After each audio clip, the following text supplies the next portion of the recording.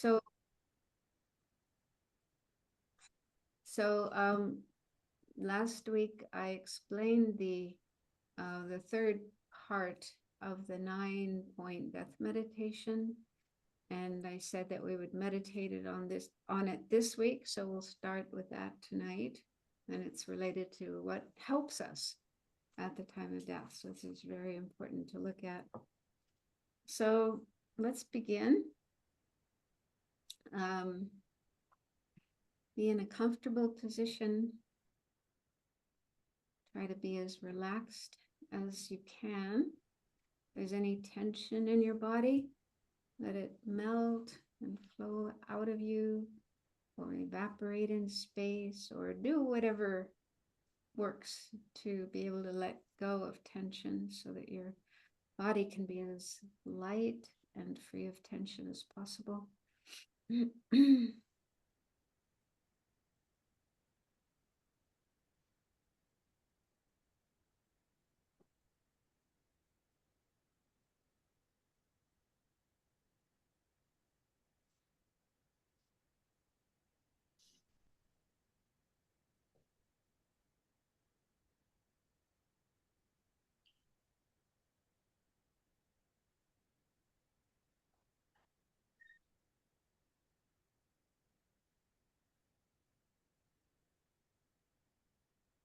And if there are thoughts in your mind related to things you did during the day or any time in the past, or thoughts about the future, try to put them aside, leave them aside for now, so that you can focus to the best of your ability on what we're doing in this class.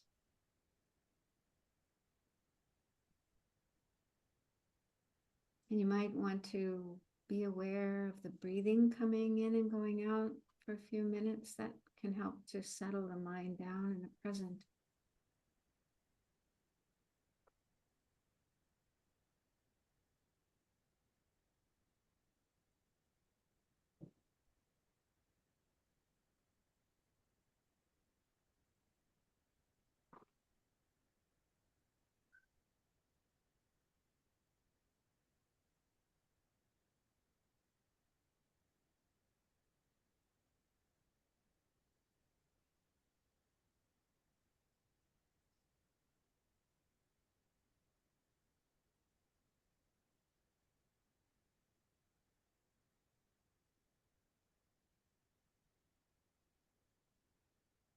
And then bring into your mind positive motivation for being here and joining this class.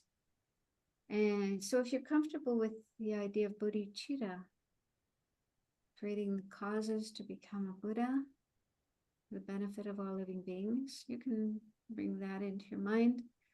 If you're not familiar with that or not sure if you're ready to embark on the path to enlightenment, then you can think of some other altruistic motivation, like I would like to help others as much as I can in my life. Or you may feel, well, I still need a lot of help myself, so I need to work on myself. So that's a good motivation as well. Because if we do work on ourselves and make ourselves a better person and have more positive thoughts and attitudes in our mind, then naturally we'll be more helpful to others. Be able to bring more positive energy to the people in our life, the people we meet, and so on. So that's also a good altruistic intention. So whatever works for you, whatever is most comfortable for you, bring that into your mind as your reason, your motivation for being here.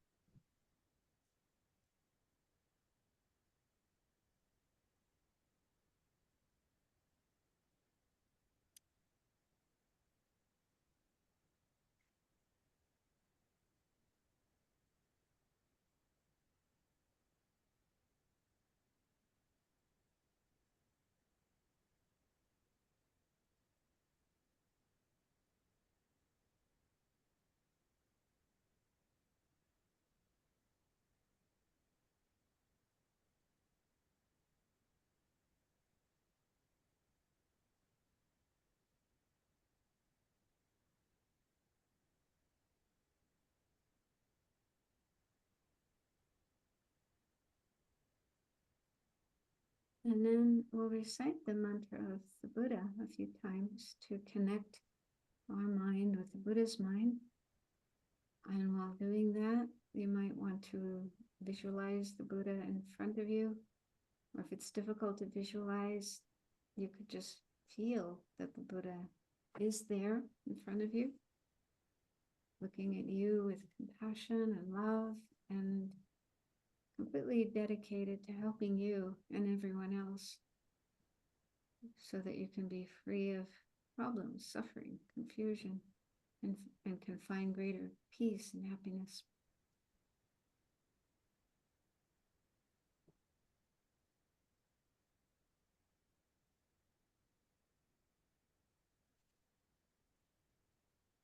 While reciting the mantra, we'll do it just 3 times.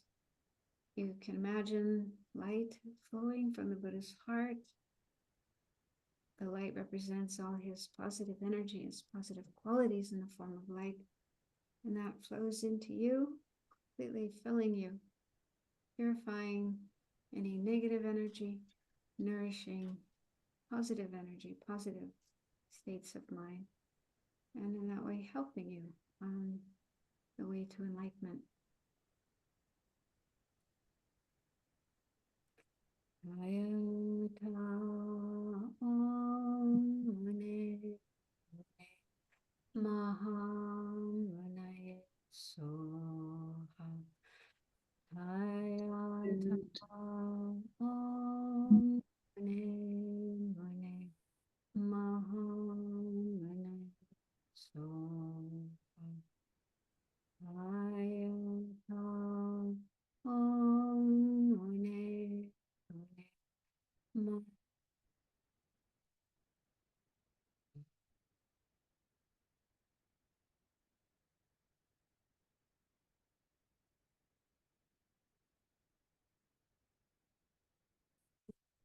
If you wish, you can continue visualizing or feeling the Buddha's present there in front of you while we do the meditation, giving you inspiration, guidance in the meditation. So now we'll meditate on the 3rd part of the 9-point death meditation. And this 3rd part is about what can help us at the time of death. So while doing this meditation, if you're comfortable doing so, you might want to imagine yourself at the time of death. If that's too difficult for you, that's okay. You don't have to do it, but it could make it more powerful if you imagine you're at that point in your life when you're maybe due to illness or due to age, you're approaching the end of your life. You can imagine yourself lying in bed and maybe feeling quite weak and having this awareness that your life is coming to an end. It's just a matter of time.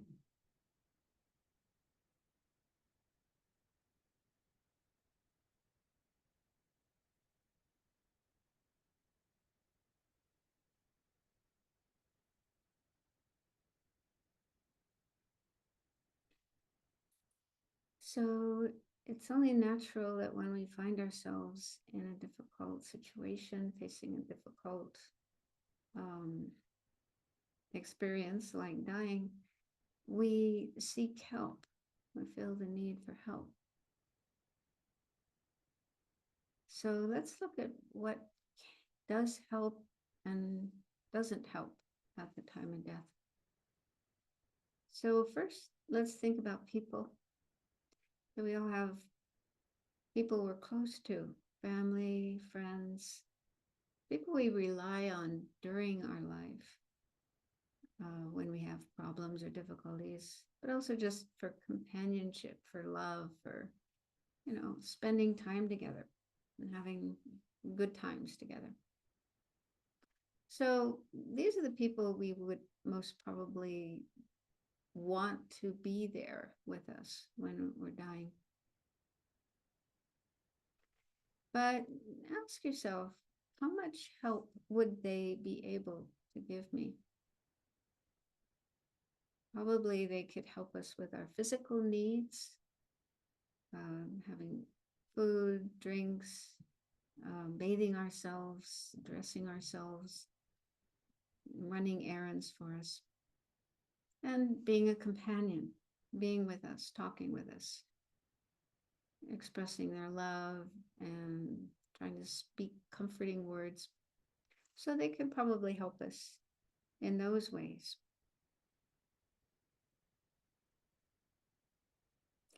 But we'll probably be facing some difficult emotions like maybe fear, worry, concern, anxiety about what lies ahead, not really knowing what it's going to be like to die, and maybe also feeling sad about what we're leaving behind. So there'll be emotional difficulties. Do you think your family and friends would be able to help you with those?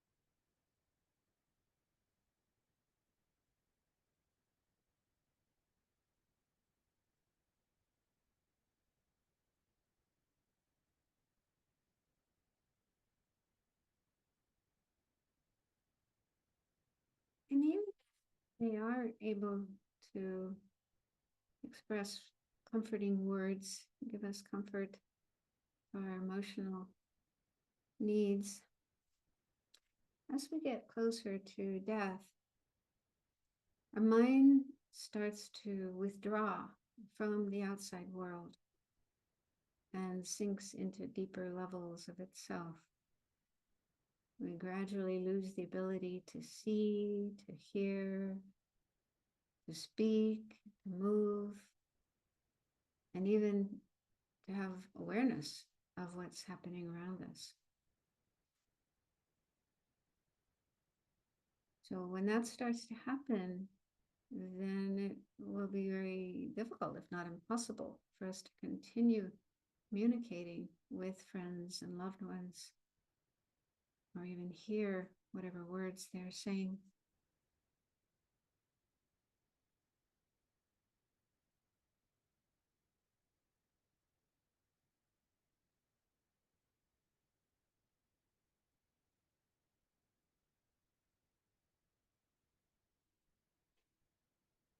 And then eventually our mind will completely separate from this world, from our body, from our life, and make the journey through the process of death and into the next life.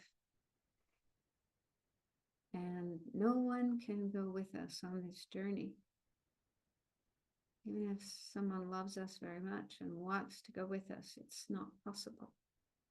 So we really do separate from all our friends, family, teachers,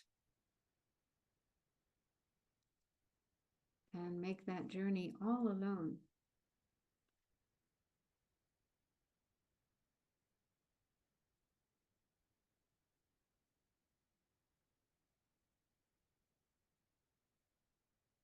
And see if you can recognize that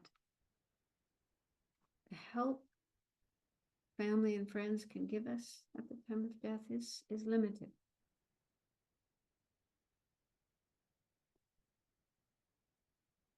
Also, if we have a lot of attachment, strong attachment to people, not wanting to separate from them, not wanting to leave them behind, then that attachment could make our mind disturbed and make it difficult to die with a peaceful and positive state of mind.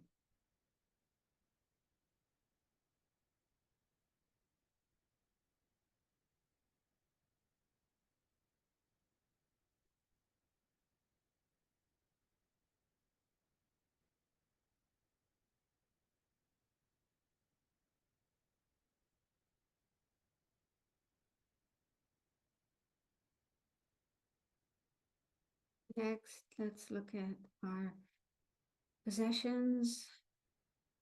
So during our life, we spend a lot of time and energy accumulating wealth, property, possessions, and also taking care of them, maintaining them. And while we're alive, we get a lot of pleasure, a lot of enjoyment with these things. But can they help us at the time of death? So understand that when we die, we leave everything behind. All that wealth, property, possessions that we've accumulated, we can't take even 1 cent with us, 1 article of clothing, 1 Dharma book. So all of those things have to be left behind.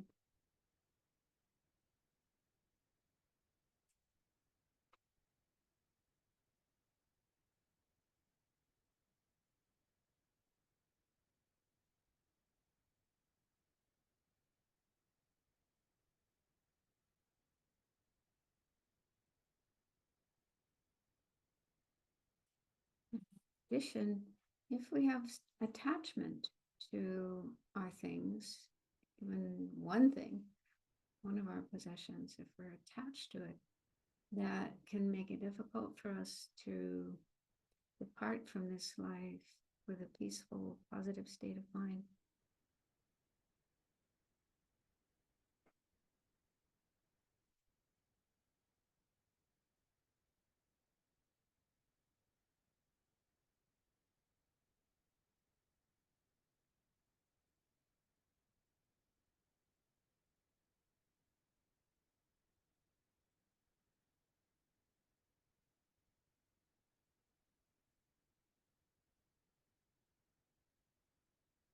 And then finally, let's look at our body. So this has been with us our entire life, 24/7, like a constant companion. And we probably had a lot of pleasure, a lot of enjoyments with our body. But again, when we die, death, according to Buddhism, is the point when our mind, our consciousness separates from our body and goes to the next life, and we'll take up a new body.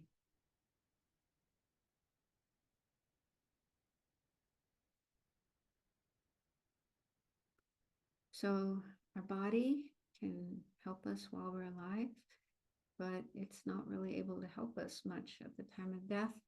It might even be very weak, and maybe there's pain, the inability to do things with our body, and dependent on others and so on. So it's not really helpful to us as we die. And again, if we have strong attachment to our body, we cling to our body, identify with our body, those kind of attitudes will make it difficult for our mind to be really peaceful and positive as we leave this body, this life, and go to the next life.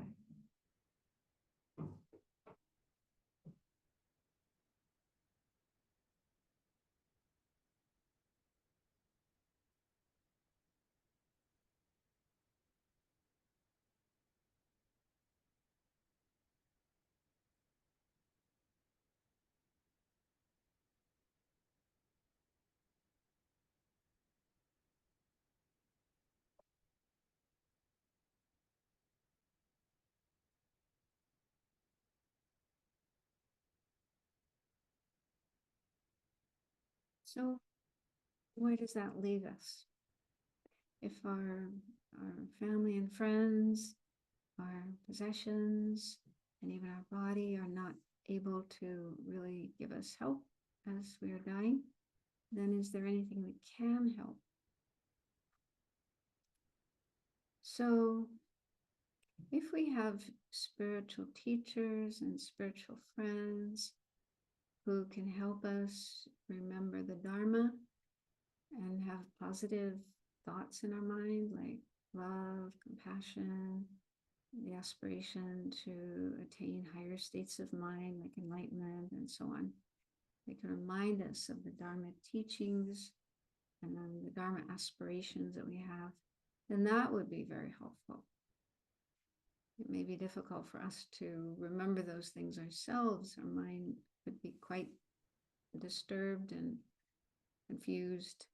But if other people can remind us of those things, that can help us be in a positive state of mind as we're dying.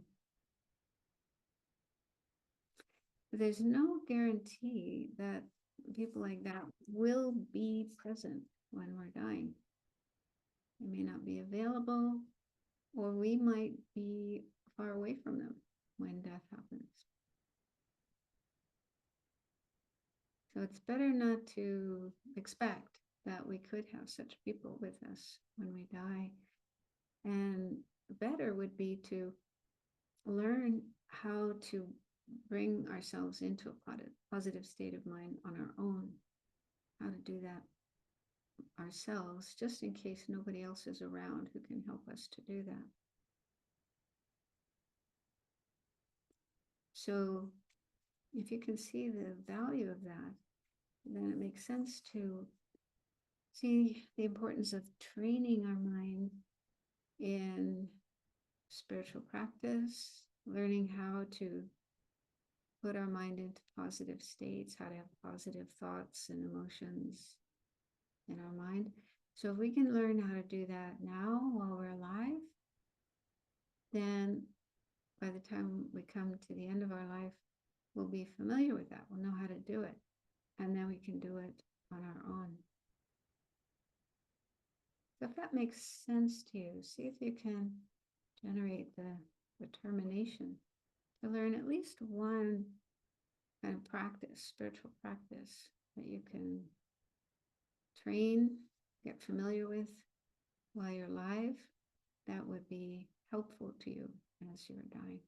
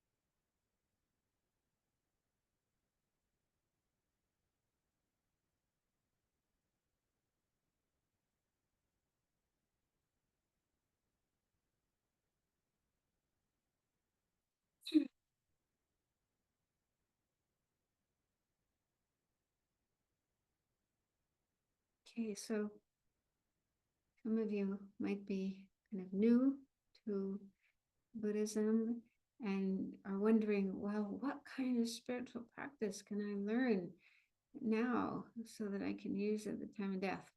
Well, that's exactly what I'm going to be talking about today. So I'll give some, different kinds of spiritual practices, and hopefully there'll be at least one that you feel, yeah, that's something I would like to do. I would like to learn. So I can have the slides up on the screen.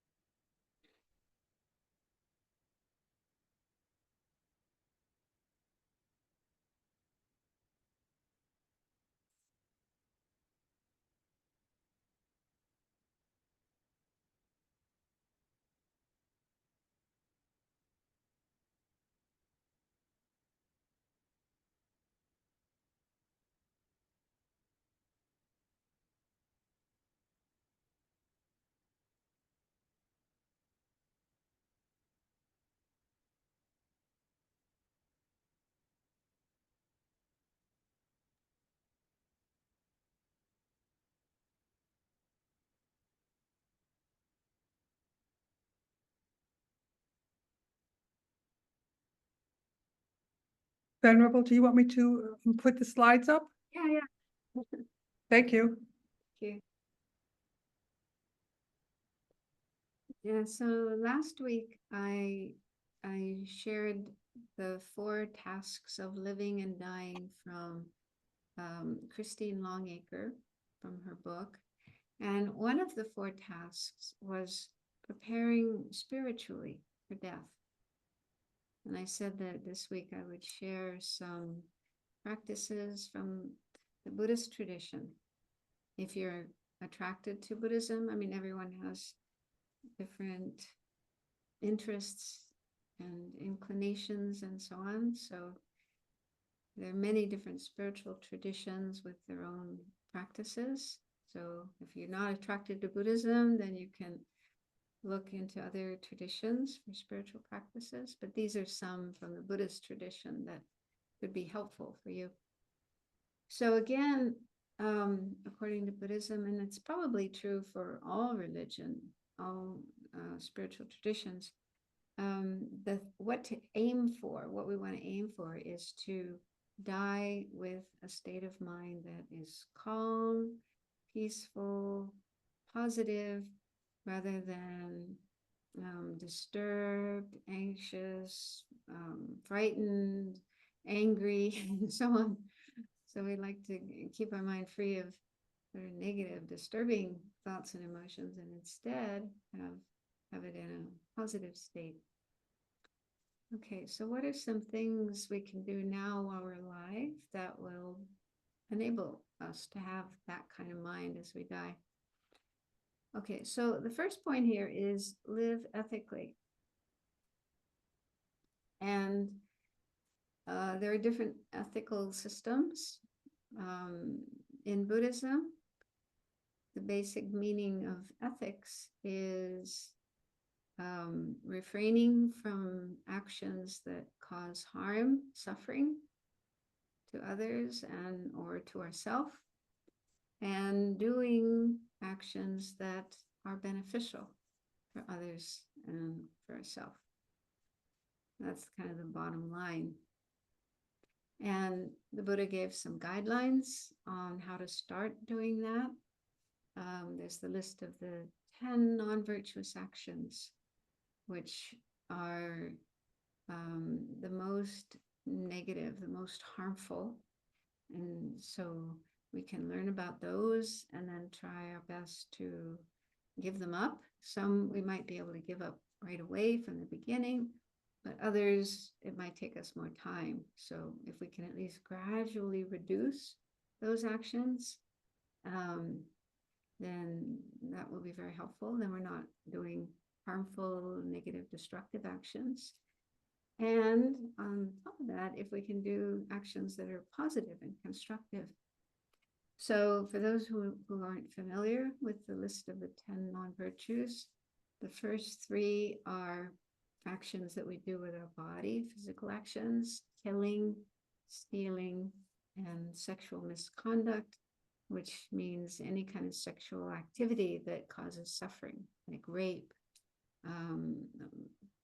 child abuse, and so on, adultery.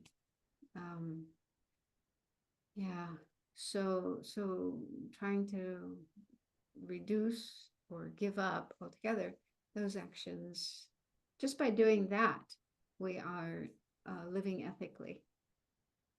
And then there's 4 actions of speech, 4 things we do with our speech that are non-virtuous: lying, harsh speech, like insulting people; divisive speech, speech that causes disharmony, breaks people up, so they don't trust each other, they don't like each other, and so on.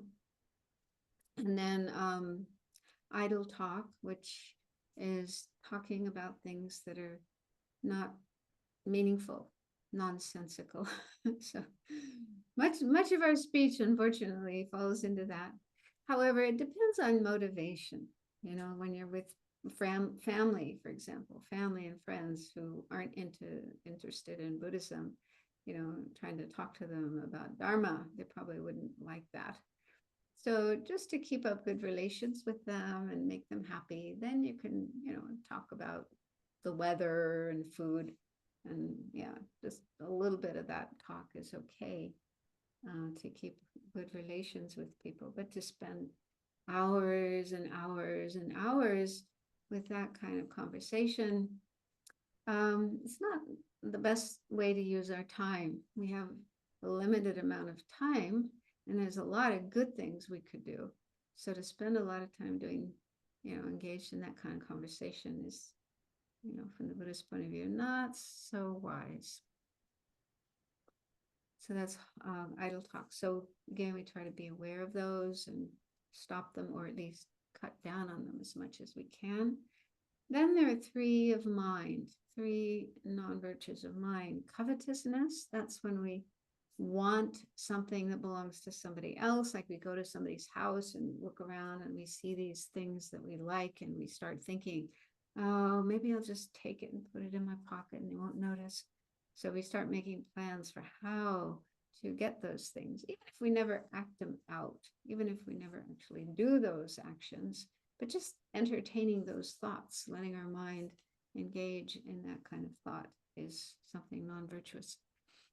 And the second is ill will or malice. And that's when we have the wish to harm somebody, to make them suffer. And again, our mind starts planning, scheming what we can do to make somebody else suffer. If we never do those things, but just thinking that way is non-virtuous. And the third one of mind is wrong views, and in the Buddhist system, that involves rejecting things that are important for our spiritual practice and our spiritual development. So, for example, karma. If we think, oh, karma, that's just a lot of nonsense. I don't believe that. There's no such thing. Buddha just made it up to, get us to follow him, something like that.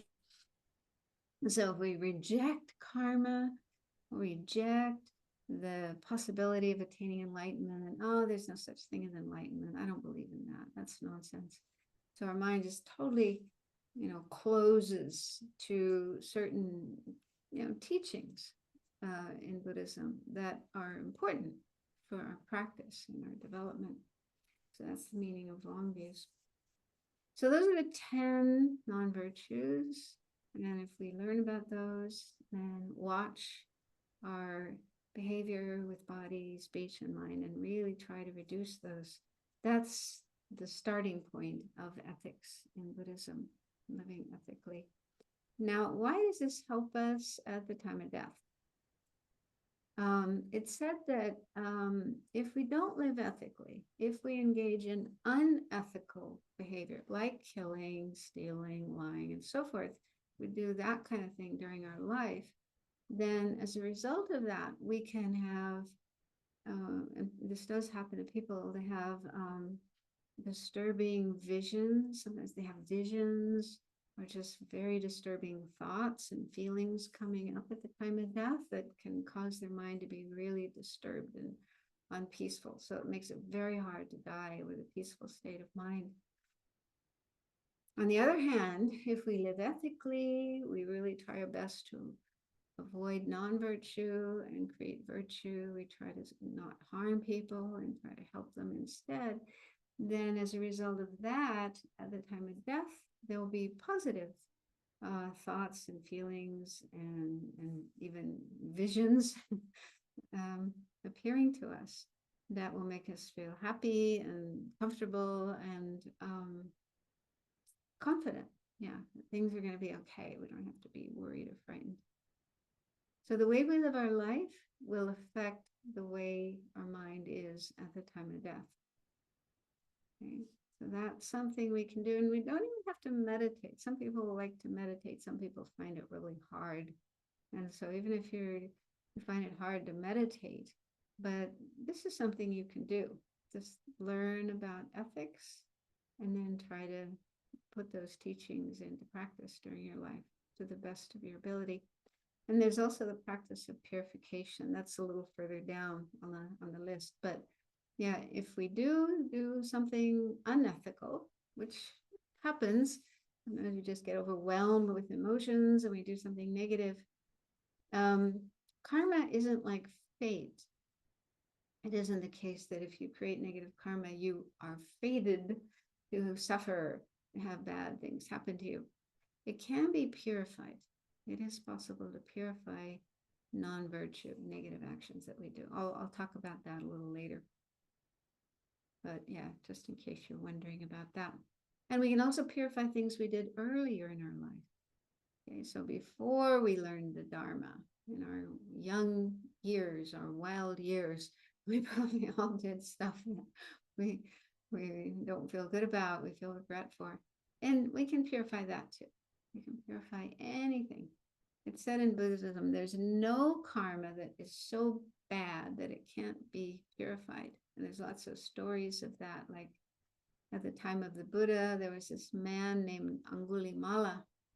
And he was like a serial killer. He was going around killing people and cutting off their thumbs and making a rosary with thumbs. That's the meaning of Angulimala. It means rosary of thumbs. And so he had this around his neck, all these thumbs on a string.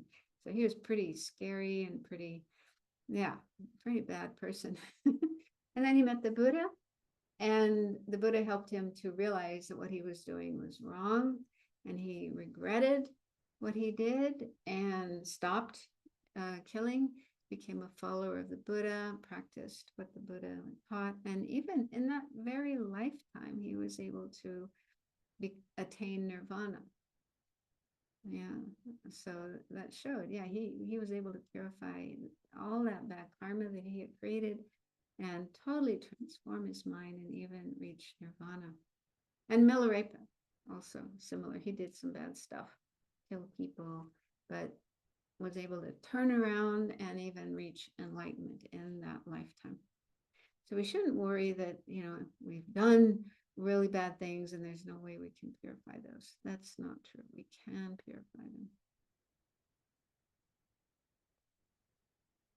And it's also good, in addition to, try to be ethical in our behavior, to also try to work on our mind, because unethical behavior like killing and stealing and so forth, these are motivated by delusions or afflictions in our mind, like greed or hatred, anger, jealousy. So Buddhism teaches these different kind of mental states that are sometimes called afflictions or delusions. And those are the things that motivate us to do unethical things, to create bad karma. And they also disturb our mind. Yeah, they're very disturbing. And so, in Buddhism, there's a lot of methods we can use to work on these disturbing emotions. Anger, especially, that's very, very destructive. And there's whole books in English all about anger and how to work with anger. And so, yeah, if you have anger, we all do, we all get angry sometimes. So it's really good to learn those methods for working on anger and learning how to manage anger so that that doesn't overwhelm our mind. And again, that really helps us prepare for death, because if we do have a lot of anger, we have the habit of getting angry, then it's quite possible we'll find something to be angry about as we're dying. And that would be really bad to die with anger. That's not a good state of mind at all. So it is useful to learn ways of managing anger and learning the opposite states of mind, like compassion, love, forgiveness, patience. So again, if we train in that during our life, then we'll have experience in that and it'll be easy. So even if something goes wrong, somebody says something that triggers our anger as we are dying, we'll already know some tools, some methods we can use to stop our mind from being completely overwhelmed by anger. Okay, so that's also included in ethical behavior. And also attachment. Yeah, it's good to work on reducing attachment. There are, again, methods, tools we can learn to manage our attachment. And one thing that's really helpful is, well, as we're approaching death, but we can start doing this anytime, is to make a will. Probably many people do that anyway, but if you haven't done it, then that's a good thing to do. So in a will, you declare who you want your money, your property, and so on to go to. And then that, becomes a legal document. And that can help your mind to be more peaceful at the time of death, because then you've already, I already gave those things away. I already decided, this goes to that person, that goes to that person, this money goes to charity, and so on and so forth. So you don't have to be worried about that, who's going to get what, and so on. So you've already given it away, then that will help you to die more peacefully.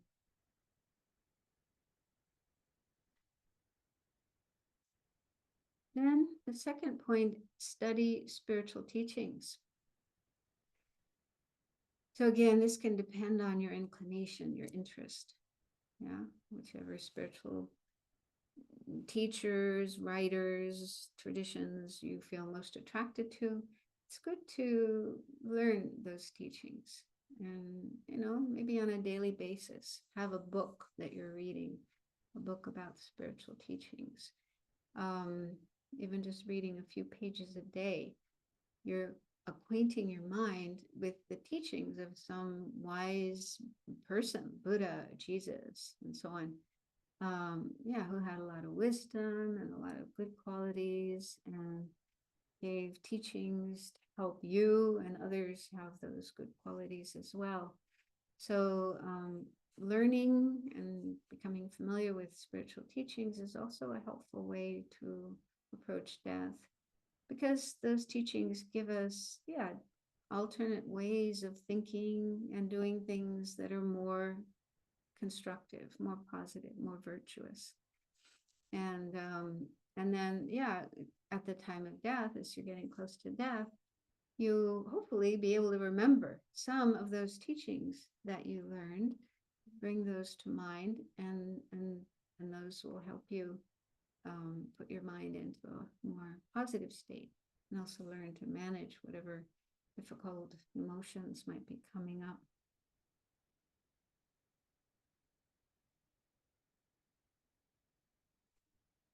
Okay, then the third one is cultivate a spiritual practice. And in Buddhism, there's lots of different kinds of practices. So I just put a few here, and hopefully at least one of these will appeal to you and will be something that you feel like you'd like to learn and train yourself in. So meditation, that's pretty famous. I think everybody knows by now that Buddhists meditate. There's lots of meditation practices in Buddhism, and there isn't just one kind of meditation. There's many kinds of meditation. So some of the more popular ones are mindfulness. So mindfulness is a really helpful practice. You learn to pay attention to what's happening in the moment, especially what's happening in your mind, what's going on in your mind. And if you learn that, you practice that, then you'll be able to recognize the arisal of disturbing emotions, delusions, afflictions, like anger, like attachment. So normally, people who don't practice mindfulness, these delusions come up in their mind, and they get totally overwhelmed by them before they even know it.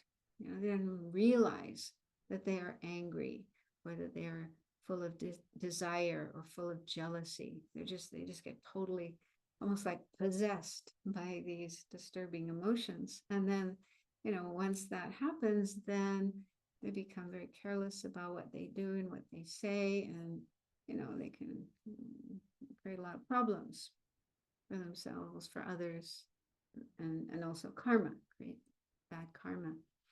And so it's with mindfulness, we become more aware of our mind, our thoughts, our emotions, and that way we can notice when one of these delusions is starting to arise in our mind, when it's still relatively small and more manageable. Yeah, we can manage it before it gets too big and then out of control. So, for example, if somebody says something or somebody does something, if you have mindfulness, then you can notice anger coming up or irritation coming up, and maybe, the impulse to say something to them, say something nasty, something hurtful to them.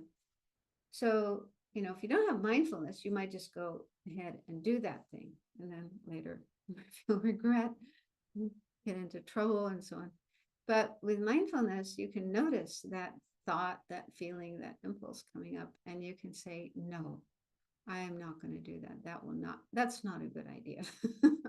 That's not what I want to do. So you can stop it before you get yourself into trouble. So that's how mindfulness is helpful in our daily life. And it's also helpful at the time of death, because there will probably be difficult, disturbing thoughts and emotions coming up as we're getting closer to death. Probably maybe some worry, some fear, some sadness, and maybe anger, irritation, and so on. And if we don't know how to practice mindfulness, then our mind just can get tossed here and there like on a stormy sea. But with mindfulness, we can watch these thoughts and emotions come and let them go without being caught up in them, without being overwhelmed by them. And I don't know if I mentioned this book, Tuesdays with Maury. If you haven't read that, I really recommend that. It's a really beautiful, true story about a man who, when he was a really good person all his life, very loving and very caring. And as he was dying, he continued to be that way. He just had all this love and kindness that he was extending to everybody around him. So he made everybody feel good, even though he was the one dying. And he was practicing meditation. Yeah, he had, my guess is, mindfulness meditation. So he had some people coming in and meditating with him. And he talked about how, sometimes he would feel fear coming up, or he would feel sadness coming up, and he would just watch it come and watch it go, knowing that it was impermanent. That it was just something, a passing thing, a temporary thing. So he could watch it come and go without getting totally caught up and upset. So learning mindfulness now can help us at the time of death. And shamatha is another kind of practice in Buddhism. It's to develop single-pointed concentration. And so usually you have an object that you choose. It could be the breath, or it could be an image of the Buddha. Then you train your mind to stay focused on that object. And you can increase the amount of time that you're concentrated longer and longer. And so that brings about a very kind of peaceful state of mind. And that, if you have experience of that, training in that during your life, that could also be used at the time of death to help your mind stay calm and focused rather than, disturbed by all kinds of thoughts and emotions. So there's just a couple of examples of meditations, and, these are, practiced in your tradition. There's also Zen meditation. So again, find what feels best to you, what you feel more attracted to, and then, learn and practice that. And then second on the list is devotional practices and mantras. So in Tibetan Buddhism, there are lots of these practices, and they include like Chenrezig Avalokiteshvara, the deity, the Buddha of compassion, and Tara, female Buddha, medicine Buddha. So there's many different Buddha figures that we can visualize either in front of us or above our head, and make prayers, requests, and then recite their mantras. And usually that you imagine light coming from them into you, filling you, purifying your negative karma, and so on, and helping your mind be more positive. So some people really love doing those practices. Not everybody, so that may not be your thing, but that can be very helpful at the time of death, because it can help us feel we're not alone.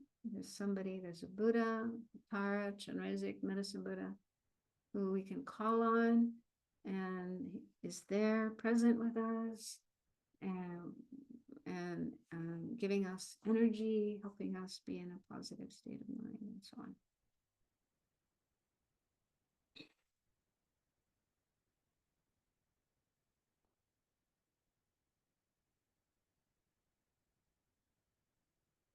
Then the next one is loving kindness and compassion.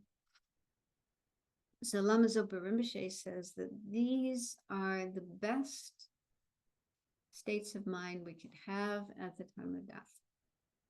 The best way to die is to die with loving kindness, die with compassion, because they're just so positive and pure. And so if we can bring either or both of those into our mind as we're dying, then definitely we'll be in a positive state of mind. So they're a little bit different. Loving kindness is wishing others to be happy, to have happiness. Compassion is wishing others to not suffer, be free of suffering. They're kind of similar, but have a little bit different focus. And there are practices we can learn while we're alive that enable us to cultivate these feelings. We already have feelings of love and feelings of compassion. They already come up naturally, spontaneously at certain times. For example, when we see somebody who's in pain, who's unhappy, who's going through difficulties, we probably feel touched and moved and want to help them. And that's compassion. So it does arise naturally, spontaneously, but we can also increase it. We can deliberately make our mind more familiar with love and compassion. And if we do that, learn how to do that, then that can be really helpful at the time of death. To meditate on loving kindness and or compassion, so we can have those in our mind as we are dying. It's not easy at that time because, most people probably feel, I'm dying. This is terrible. I'm the one who needs help. And so we might be, looking to others to help me. And the thought of, I want to help others may not be so easy to feel. I'm the one who needs help. Help me. But if we're familiar with love and compassion, if we've been working on those during our life, training in those, practicing them, then it won't be so difficult to feel that way. And again, you can see that in that book, Tuesdays with Maury. He was a very loving and compassionate person, and that comes through very clearly in the book. So it's not impossible to learn how to do that. We can do it. And also, Lama Zopa Rinpoche says that not only do these states of mind help us to have a peaceful death, but they also purify our negative energy or negative karma, and they accumulate virtue, good karma, positive karma. So that's also important. We want to have more good karma, more good energy, and we want to purify negative karma, negative energy, because that affects our next life, where we go after this life.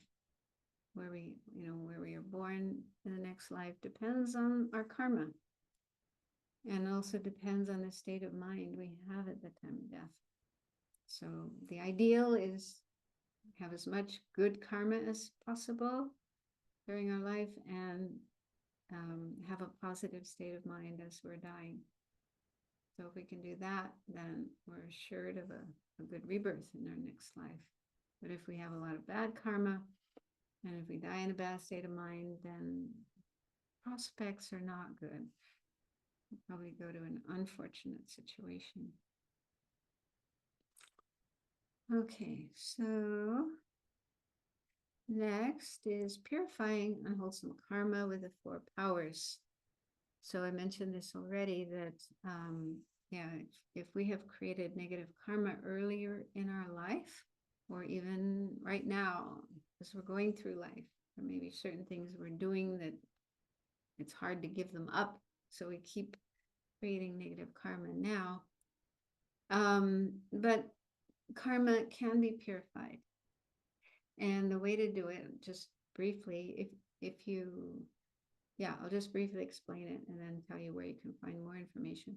So the way to purify is to use these 4 powers. They're called 4 powers or 4 powerful remedies, different ways of explaining them. So there's different ways of translating them, but I like this one because it's 4 R's: regret, reliance, remedy, and resolve. So regret is it's not guilt. It's not like beating yourself up. Oh, I'm so bad. But rather, oh, I did that. I took some money and didn't put it back or whatever. And we realize that was not a good thing to do. So we regret doing that. We feel, yeah, it's like an intelligent recognition that something we did wasn't right, wasn't good. So we regret it. And it leads to doing something constructive instead of just feeling bad and beating ourselves up. We think, okay, I want to do something to make up for that. We can put it back. We can put the money back or apologize to the person we hurt. Of course, we can do those kind of things. But in terms of our spiritual practice, then there are these other things we can do. So the next step is reliance.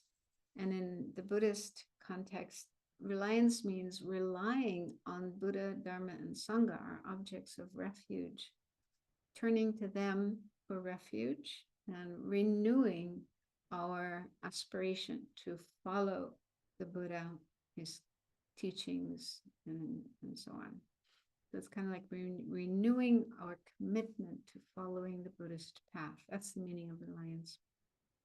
And if you're a follower of another religion, then it would be, yeah, renewing your commitment to following that religion. And then if you don't have any religion, a lot of people don't have any particular religious or spiritual tradition, but everybody does have certain values that they regard as important and that they try to live by. Like, I want to be an honest person. I want to be honest. I want to help. I don't want to harm. So whatever your values are, you can remind yourself of those, renew your commitment to follow those. Okay? So I think of it as like putting yourself back on track, the way you want to be, the way you want to live your life. You renew your commitment to that. And then number 3 is remedy. So this is doing something positive, something virtuous, something constructive to counteract the negative thing you did. And so here you could do almost anything that's virtuous. There's certain mantras that are good to do, like the Vajrasattva mantra, but any mantra, the mantra of the Buddha that we do at the beginning of class, or Om Mani Padme Hum. So you could use any mantra and recite that a certain number of times.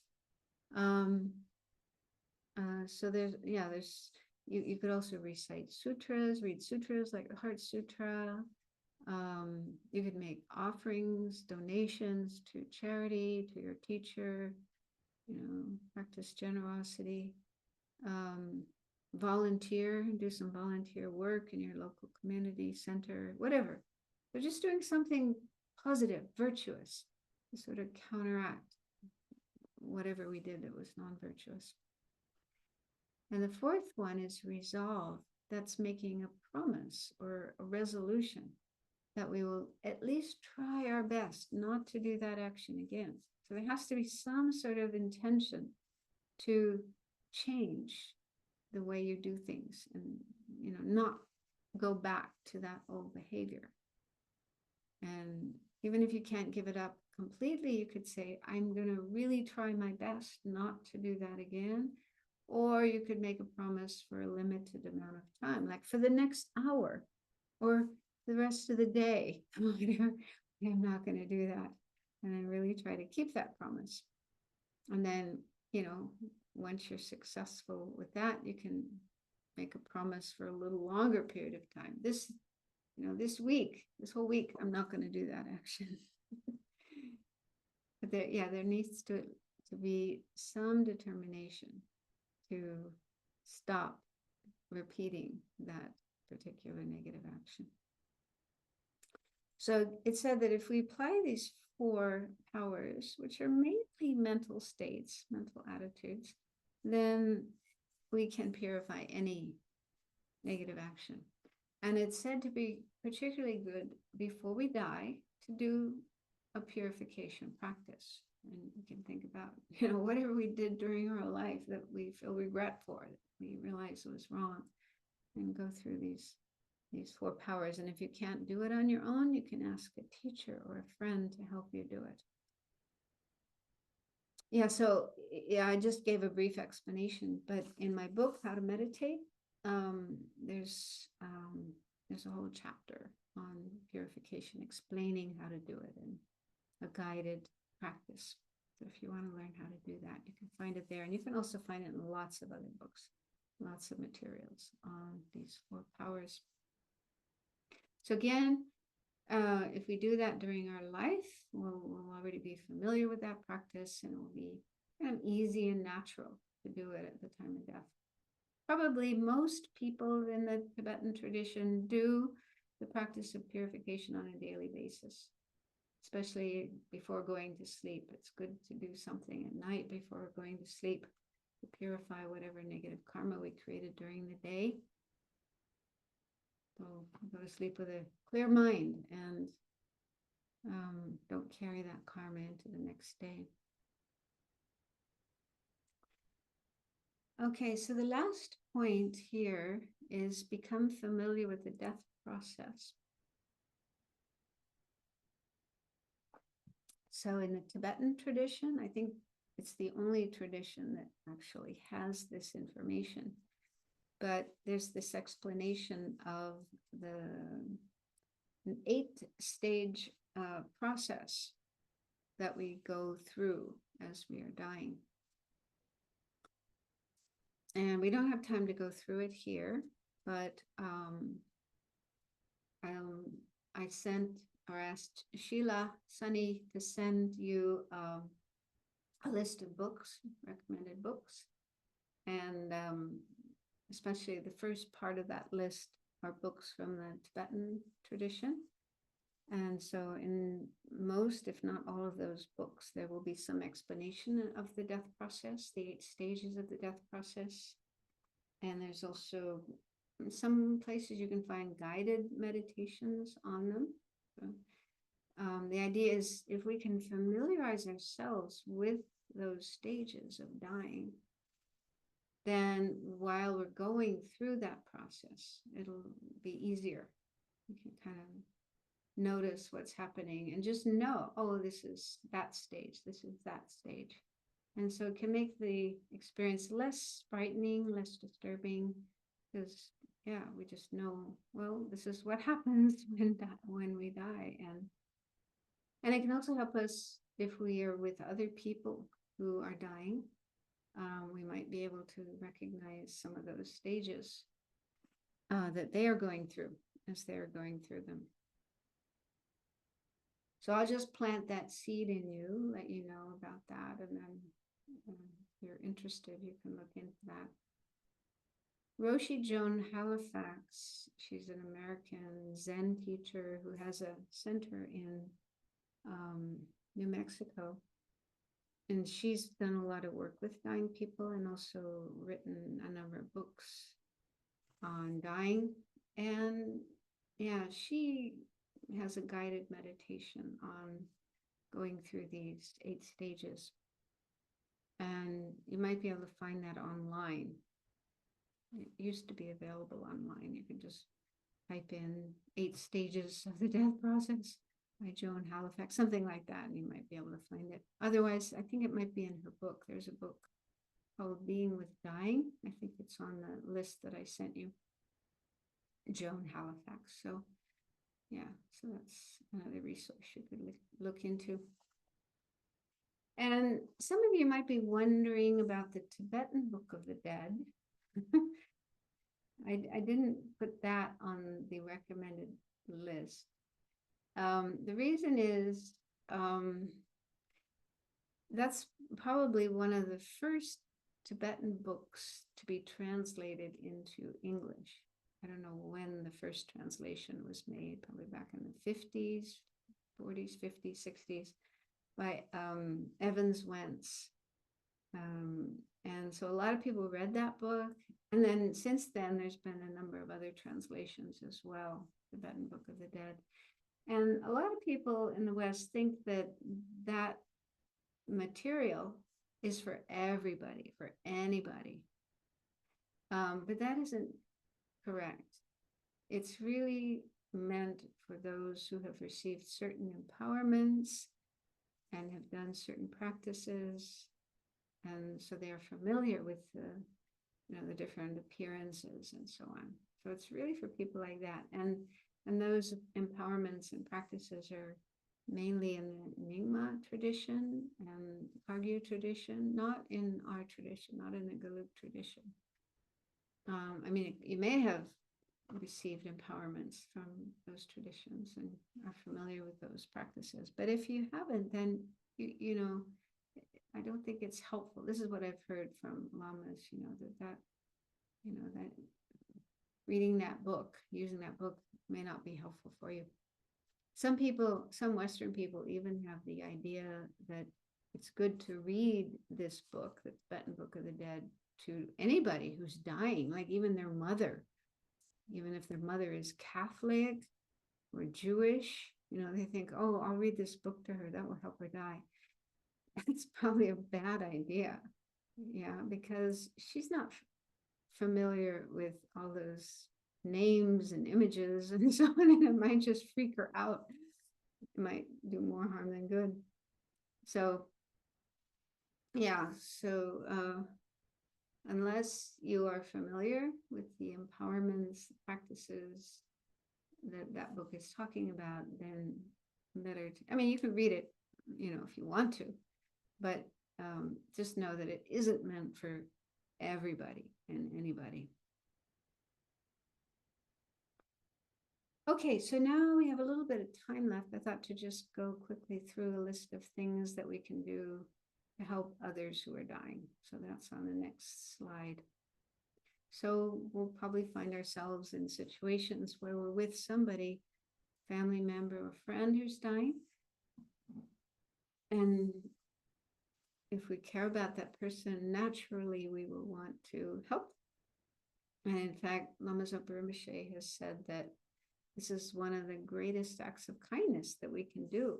Help someone die peacefully, to help someone else have a peaceful, positive state of mind as they are dying. However, we have to understand that we can't make that happen. We can't make somebody else's mind positive. Even the Buddha can't do that. Nobody can go into somebody's mind and fix it so that it has positive thoughts. Okay, so just be aware that, yeah, even if you want that to happen, you may not be able to do it. You can try to help them have a positive state of mind, but yeah, their mind might just be too overwhelmed with anger or fear or attachment or whatever, and you won't be able to help them. So don't expect yourself to be able to do that and then feel bad if you can't. So that's one thing to keep in mind. So the first thing on this list is prepare for your own death. Because if we haven't done the work of, accepting death and becoming more comfortable with death and learning how to prepare for death, then it's not so likely we'll be able to help somebody else die. So the more we do that work ourselves, the more we work on preparing ourselves for death, then the better we'll be able to help others to die, who are dying.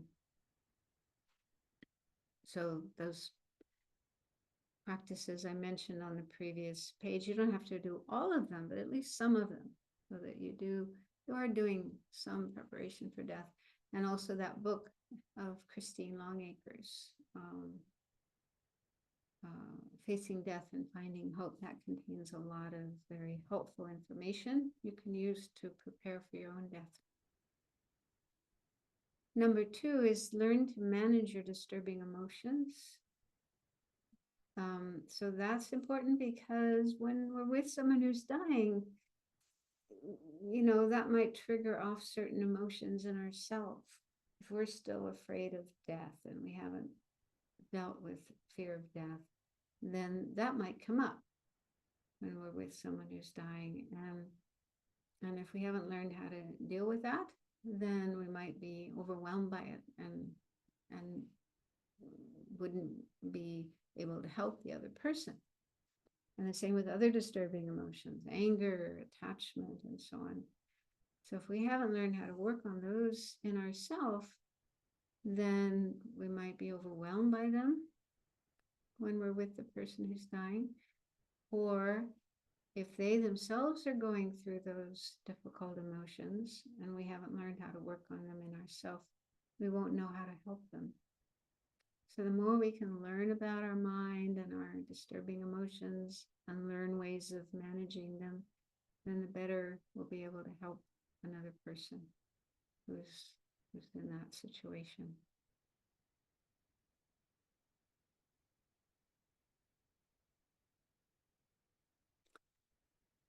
Okay, then number 3, giving hope and finding forgiveness. So what this means is when people are dying, they sometimes feel guilty about things they did during their life. They may feel frightened about what's going to happen to them because of what they did. They may feel despair, depression, hopelessness. And so if that's the case, it's good if we can try to lift them out of such states of mind. We can't do that ourselves, but there's certain things we can do to help, like just listening. Often when a person is dying, they have the need to talk about things. They want to talk about things, and so we can just be a compassionate listener, be with them and let them talk, and have a compassionate and non-judgmental attitude towards them. And if they talk about things they did that were bad, and they talk about how frightened they are that they might be punished for what they did, then you could talk to them. Like if they do believe in God or Buddha or whatever, just remind them that, or assure them that God and Buddha are completely forgiving. They don't hold grudges. They don't punish. So if you regret and apologize for the things that you've done, then definitely there's forgiveness there. So help the person find forgiveness.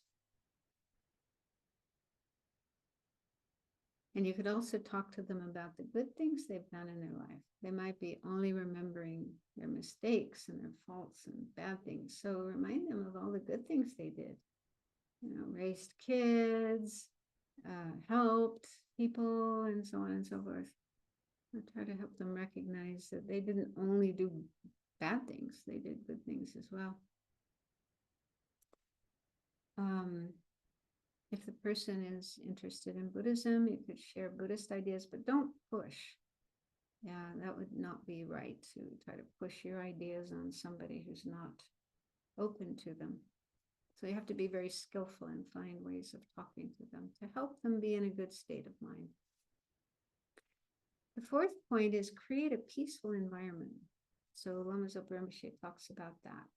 So try to have attractive objects like flowers and nice colors.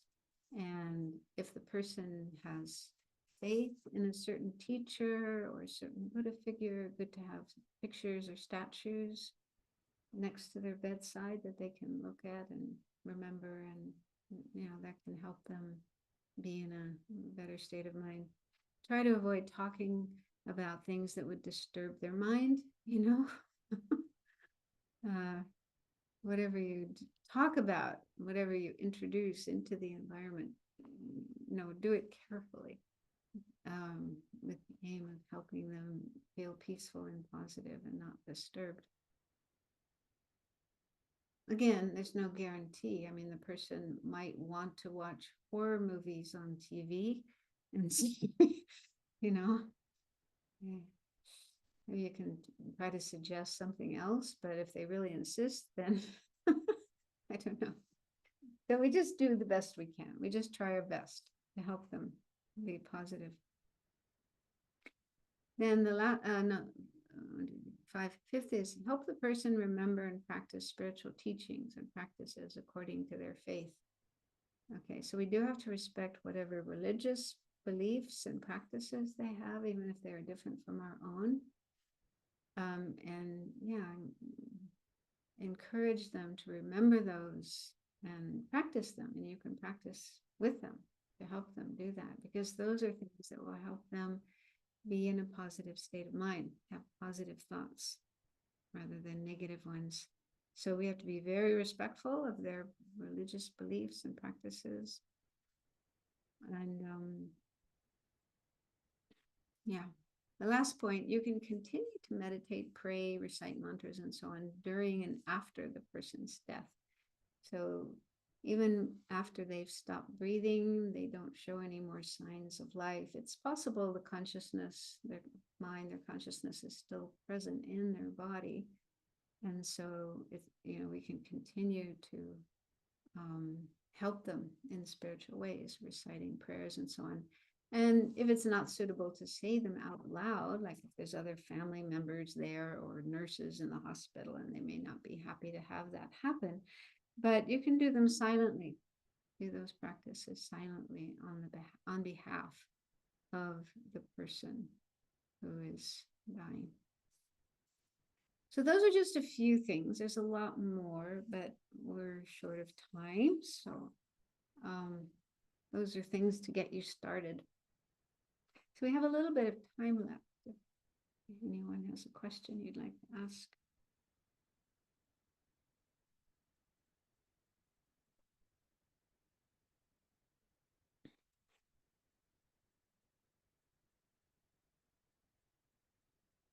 Fuzzy.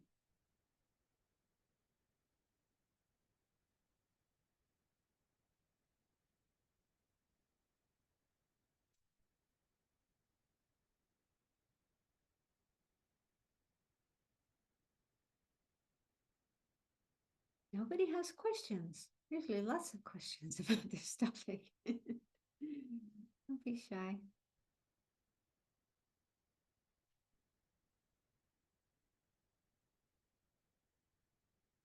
Sheila? So I have a question about they always talk about, like, after somebody dies, optimally it's good to leave them the body for 3 days for the consciousness to leave. So, but I always wonder, and basically in our culture, that's really not the way things are done. Somebody dies, they pull the sheet up and cart them off. So what happens to that consciousness? Well, it's not definite. We don't know. Well, yeah. But yeah, if you're in that situation where it's, a friend or family member and you do have some say, if the person dies at home, then you have more choice or control about leaving the body. You could leave the body for a longer period of time. If it's in the hospital, then they have their rules. You might ask them to leave the body undisturbed for a while, maybe it could be taken to another room. But you know, you can try that. But what Lama Zopa Rinpoche says is, if the body does have to be taken away before the consciousness is left, what you can do is you can do something to stimulate the top of the head. Like if there's hair there, you can pull the hair, or just, you know, rub that part, because that can stimulate the consciousness to leave through the top of the head. And that is the most auspicious way to go, because if the consciousness goes out through the top of the head, then it will go to a good rebirth, like Amitabha's Pure Land or some other good place. So that's something you can do if you can't leave the body undisturbed as long as possible.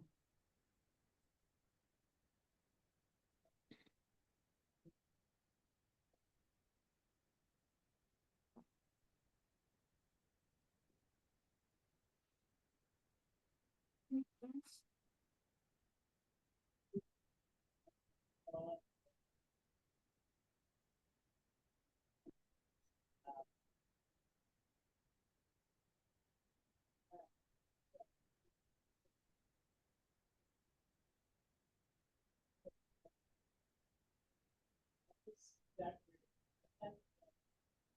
I hear a voice, but I don't know if that's somebody trying to talk or somebody in the background.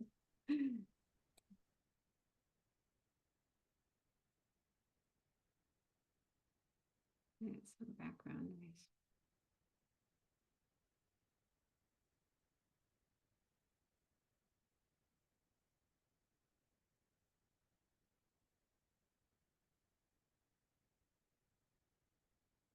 Yeah, Tuesdays with Maury is a lovely book.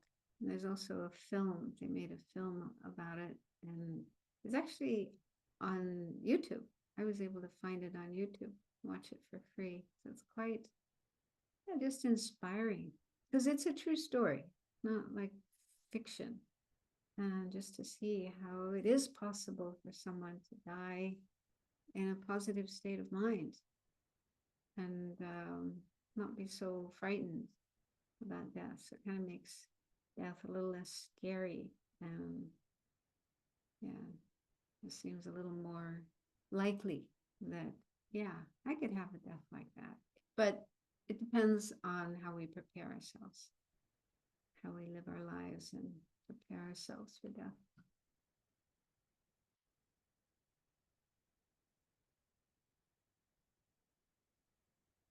Okay, well, if there are no further questions, then we can end here and dedicate the merit, the positive energy. So I do hope this course has been helpful. You've learned some things that are useful for you, and also to bring into your interactions with others, should you be in that situation of being with someone who's dying. And there's more and more materials all the time, new books about death and dying all the time. So it's, 50 years ago, it would have been very hard to find any kind of material like that. So it's good that it's more out in the open. People are more willing to discuss it and share ways of being with death and dying. Okay, so let's do a mental dedication of the positive energy that we've created tonight, but also for this whole course. This is our final session. So taking the time to be together and listen and think about and meditate on these really beautiful, precious teachings of the Buddha, and doing it with a good motivation, the wish to help ourselves and others. So we've definitely created some positive energy, what we call merit. And this is the cause of happiness and the cause of spiritual growth, spiritual development. So let's share this merit with others, other people, other beings, wishing that it will help everyone to overcome their fears, and other disturbing thoughts and emotions, and find greater peace and happiness and all the positive states of mind like compassion, love, patience, and so on. Now they themselves can be happier, bring more happiness to others, and get on the road to awakening, full enlightenment.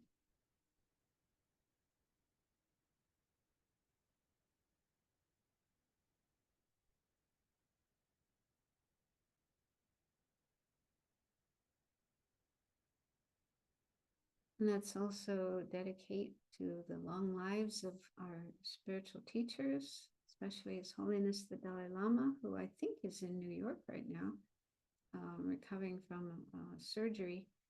Let's pray that he recovers quickly and will live for many, many years to come, continuing to teach and share his incredible wisdom and compassion. And for those teachers who have passed away, to return again quickly, especially Lama Zopa Rinpoche. And also, just last night, Jeffrey Hopkins passed away. And he was an amazing person for Western Buddhists, especially to share his vast knowledge of emptiness and other aspects of the Buddhist path. So we can also pray that he has a fortunate rebirth and comes back and continues to share his incredible wisdom with us.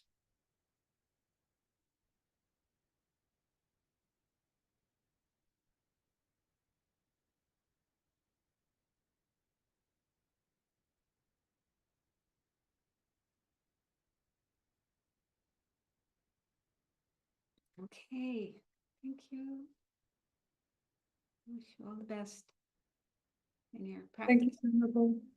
Thank you, Venerable. Very Thank you, valuable. Venerable. Valuable Thank you. so much. Thank you. teaching. Venerable. Much.